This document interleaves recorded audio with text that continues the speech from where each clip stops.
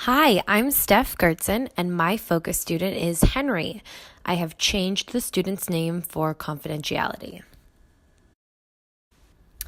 Some background information. Henry is an intelligent first grade boy who is on the autism spectrum. He is a student who was in my full-time student teaching placement last semester. He loves bugs and wants to learn everything about bugs. Every week, he rents a book about bugs from the library. During writer's workshop, he always writes his all about books about different types of bugs. Henry is a hard worker and enjoys learning. Henry can communicate verbally and meets the first grade writing standards. It is difficult for Henry to read expressions and understand how others are feeling.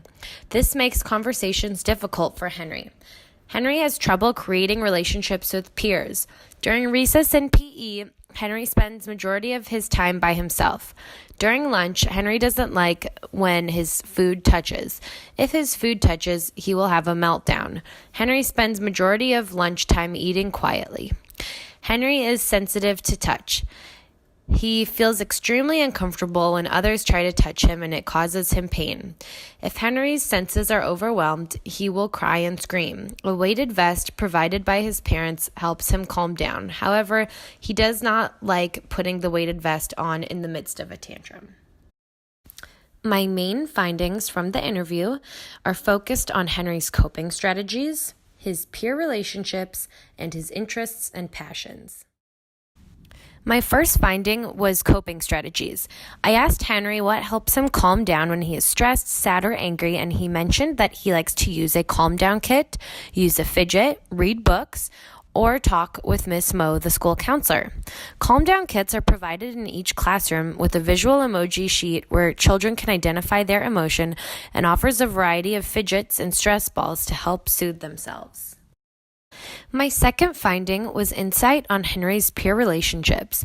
He defined a friend as someone who is nice to you and someone to play with.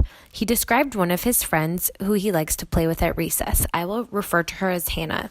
He said that people make fun of him for being friends with her because she doesn't brush her teeth. They like to play and look for bugs. He said it's hard to make friends at school and that there are a lot of bullies. He explained how bullies call him names and don't like to play with him. He said that the only day he doesn't get bullied is on Fridays because all of the bullies are excited for the weekend. He thinks it would be easier to make friends if everyone was nice. My third finding is about his interests and passions. Besides an interest in bugs, he mentioned that he is really good at reading and writing. He likes to play Minecraft and other games on his iPad. During recess, he likes to look for bugs, play Foursquare, and eat his snack. Sometimes he plays with his sister and cousins at home. He has a strong desire to learn everything there is to know about spiders, such as different types, how they survive, where they live. When he grows up, he would like to be a scientist. He would like to learn how to build a rocket. The most challenging thing he has ever done was build a complicated Lego Star Wars ship with his dad.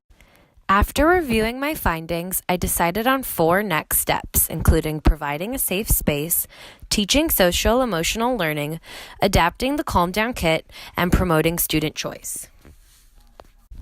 First, I want to provide a safe space. Cluth recommends providing a safe space in the classroom, and I would like to incorporate this into the current classroom, so if Henry or other students are having issues with bullies, they have a safe haven to retreat to.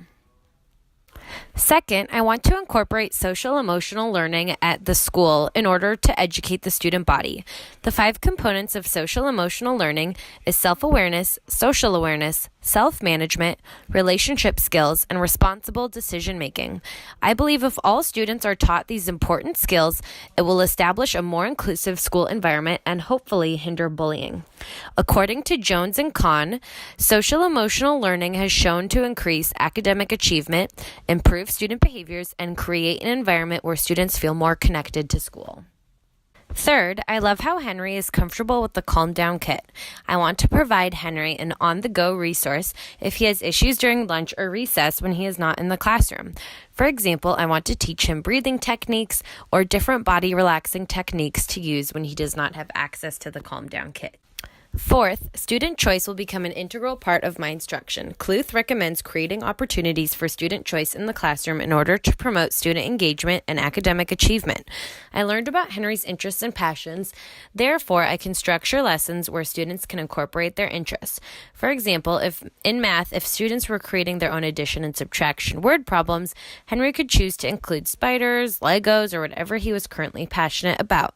Student choice could even be as simple as creating the option of high five, handshake, or a hug during morning greeting. Thank you for listening, and you can learn more from the following references.